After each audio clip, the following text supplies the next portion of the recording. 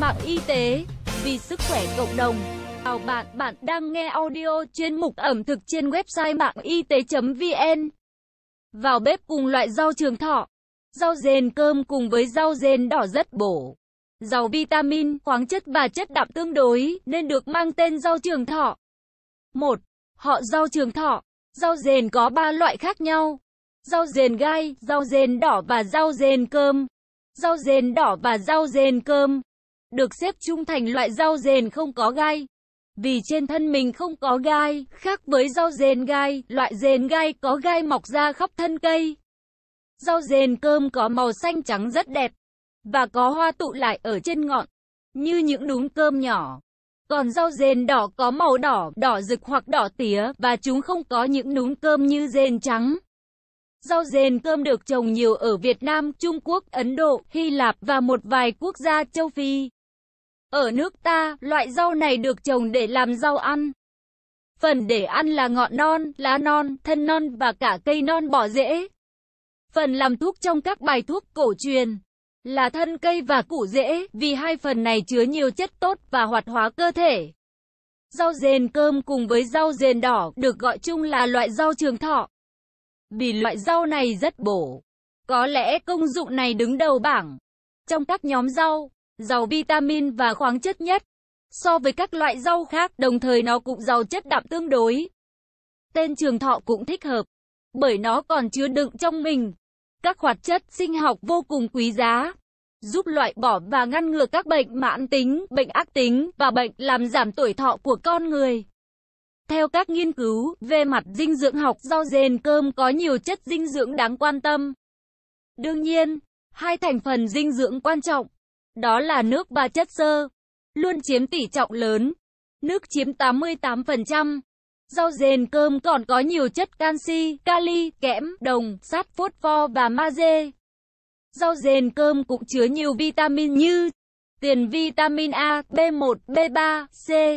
Hàm lượng protein trong rau dền cơm chiếm 2,11% toàn bộ phần ăn được, tương đối cao với các loại rau thực vật.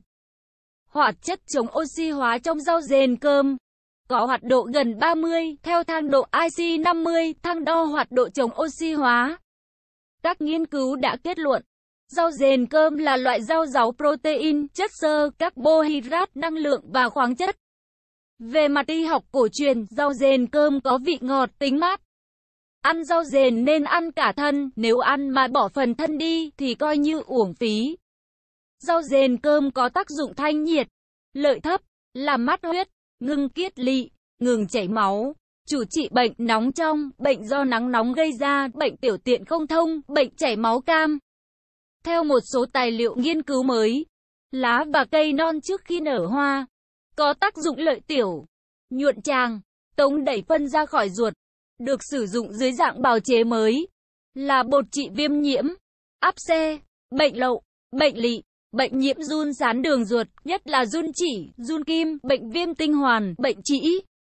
Tại Nigeria, rau dền cơm còn được bào chế thành dịch truyền, sử dụng công nghệ cao, truyền vào máu, có tác dụng thanh lọc máu.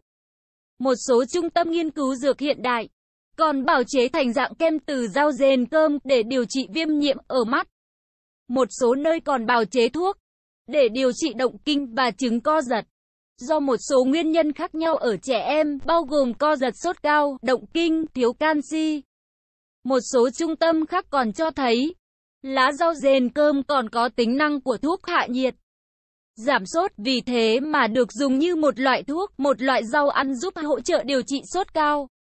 Do rau dền cơm có nhiều kali, nên phần cho của loại rau này còn được sử dụng để sản xuất thành nước khoáng uống, nước có ga. 2.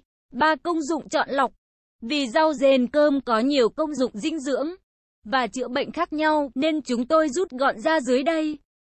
3 công dụng điển hình của rau dền cơm. Chữa tiểu tiện không thông. Vì rau dền có tác dụng làm lợi tiểu, hóa thấp, tiêu phù thủng, nên rất có lợi trong các trường hợp bí tiểu, nước vào ra không cân bằng. Nước uống vào được nhưng không ra được đều đặn, đó là chứng bệnh tiểu tiện không thông. Dạng triệu chứng tiểu tiện không thông có nhiều bệnh lý khác nhau như viêm đường tiết niệu khiến cho đái buốt, đái dắp mà thành ra đi tiểu không thông suốt, Mắc sỏi thận khiến cho tiểu không ra, nước không trôi, làm tiểu tiện bị đình trệ. Hơn thế nữa, rau dền cơm còn được chứng minh là làm phương hại tới vi khuẩn E. coli, loại vi khuẩn thường xuyên gặp trong viêm đường tiết niệu, nên công dụng này thật hữu ích. Chỉ cần chịu khó ăn rau dền cơm thường xuyên, mỗi ngày chừng 100 đến 300 gram rau là đã có thể tác động vào đường tiết niệu. Cùng công dụng như này, nhưng rau dền đỏ tía còn công hiệu hơn nữa. Chữa kiết lỵ, nhiễm ký sinh trùng đường ruột. Vì rau dền là loại rau có tính khắc xung với trực khuẩn lỵ, gây bệnh trong đường ruột. Nên nếu như chẳng may cơ thể bị mắc bệnh, ăn rau dền cơm vào thực như uống thêm thuốc vậy. Cái hay ở chỗ, thuốc này rất tự nhiên, không độc hại, không làm ảnh hưởng tới đường ruột và dinh dưỡng, nên coi như dinh dưỡng không bị bất an. Nếu như bạn đọc nào bị triệu chứng đau bụng liên miên, phân thì lúc buồn ra ít, cứ chốc lát lại buồn đi, kết cấu phân không ổn định, thể nào cũng có nhầy cuối bãi, dù ít hay nhiều, thì rau dền cơm là loại rau rất đáng nên ăn. Kể ra, công hiệu diệt khuẩn, không mạnh như thuốc kháng sinh đặc dụng, nhưng phối hợp ăn thêm rau dền cơm, vừa không làm tăng liều độc của thuốc, lại vừa thu được những công dụng kỳ thú, thì cũng đáng để ăn. Chỉ cần hãy chịu khó ăn rau dền cơm, một ngày chừng 500 đến 600 gram, chia làm 2 bữa. Ăn liền 1 tuần, trong thời gian điều trị thì sẽ thấy hiệu quả. Chữa kém ăn, nóng trong, bốc hỏa. Công dụng này thì thực thú vị. Bởi những người chán ăn, kém ăn, nếu tích cực ăn rau dền cơm thì có thể làm nghịch đảo được bệnh. Đó là bởi những tác dụng tổng hợp thu được từ loại rau chân chất này. Bao gồm thanh nhiệt nên có tác dụng giảm nóng trong, giúp cân bằng lại cơ thể. Phá tích nhiệt nên tống bỏ được bốc hỏa. Lại có tác dụng kích thích sinh tân dịch, tạo ra men tiêu hóa, dịch tiêu hóa tràn trề. Tổng hợp lại, chúng tạo nên một hiệu ứng thèm ăn tuyệt vời. Để tạo ra hiệu ứng này không khó. Chỉ cần chăm chỉ ăn rau dền cơm liên tục với lượng 400 gram trong một ngày, liền trong 10 ngày là đủ. Cố nhiên, các trường hợp bệnh lý nặng thì không khắc phục được. Những bệnh lý dạng tổn thương thực thể tại miệng, thực quản, dạ dày, đường ruột thì cần phải được điều trị. Còn những rối loạn kém ăn chức năng thì quý bạn cứ để rau dền cơm ra tay. Phương cách này xin được hướng dẫn cụ thể trong góc ứng dụng mà quý vị có thể tìm thấy ngay trong tờ báo này về rau dền cơm. 3. Góc ứng dụng. Canh rau dền cơm nấu tôm nõn. Nguyên liệu: rau dền cơm 400 g, tỏi 10 g, tôm nõn khô 20 g, dầu ăn 15 ml, 3 thìa cà phê, đậu phụ 250 g, muối, mì chính vừa đủ. Sơ chế: rau dền cơm nhớ chọn loại mẫm, xanh trắng, lá to nhưng chưa ra hoa. Lấy phần ngọn, lá non. Thân thì tước bỏ vỏ sơ ngoài, rồi lấy phần non ăn được. Rửa sạch để ráo nước, cắt khúc một đốt ngón tay. Tôm nõn khô, rửa sạch với nước cho bay bụi. Sau đó ngâm với nước nóng già, chừng 5 phút. Sau đó vớt ra, để 5 phút cho ráo nước, băm nhỏ nhuyễn. Tỏi bóc vỏ, đập dập, băm nhỏ. Nếu chỉ thái miếng, thì tỏi sẽ không giải phóng được tinh dầu, và sẽ không dậy mùi. Đậu phụ rửa sạch bằng nước sạch, cắt miếng nhỏ bằng 1/4 bao diêm. Cách làm: rửa sạch nồi, cho lên bếp, đun nóng ra cho khô. Cho toàn bộ dầu ăn vào, đun nóng đến sôi lăn tăn. Cho tỏi vào phi thơm, đến khi tỏi vàng ươm và dậy mùi. Vặn lửa vừa, cho tôm vào, một chút muối vào xào lẫn. Khi tôm săn thì cho đậu phụ thái miếng vào. Đảo đều, để chừng 1 đến 2 phút cho đậu săn và ngấm dầu. Cho thêm chừng 1 lít nước cho vừa đủ ăn. Đun sôi, cho rau dền vào, đảo đều, để sôi chừng nửa phút thì bắc ra. Nêm mì chính, muối vừa ăn. Nên ăn khi canh còn nóng. Yêu cầu thành phẩm: nước canh trong, xanh nhẹ, ngọt dịu của tôm và rau dền.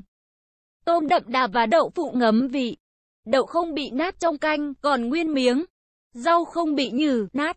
Canh có tôm mà không có vị tanh, dậy mùi của tỏi. Công dụng sức khỏe. Công dụng chung của món ăn này là thanh nhiệt, giải độc, sinh tân dịch, kích thích tiêu hóa, mạnh mẽ các men trong ruột, giúp cho người kém ăn, thêm thèm ăn. Bác sĩ Yên Lâm Phúc. Nội dung bài viết đến đây là kết thúc. Nếu bạn có thắc mắc Câu hỏi gì xin hãy chia sẻ bình luận bên dưới bài viết này. Mời bạn hãy đăng ký kênh Mạng Y tế, chia sẻ bài viết này tới bạn bè và theo dõi thêm những audio tiếp theo. Hy vọng bài viết này sẽ đem lại cho bạn nhiều điều bổ ích. Chúc bạn luôn mạnh khỏe.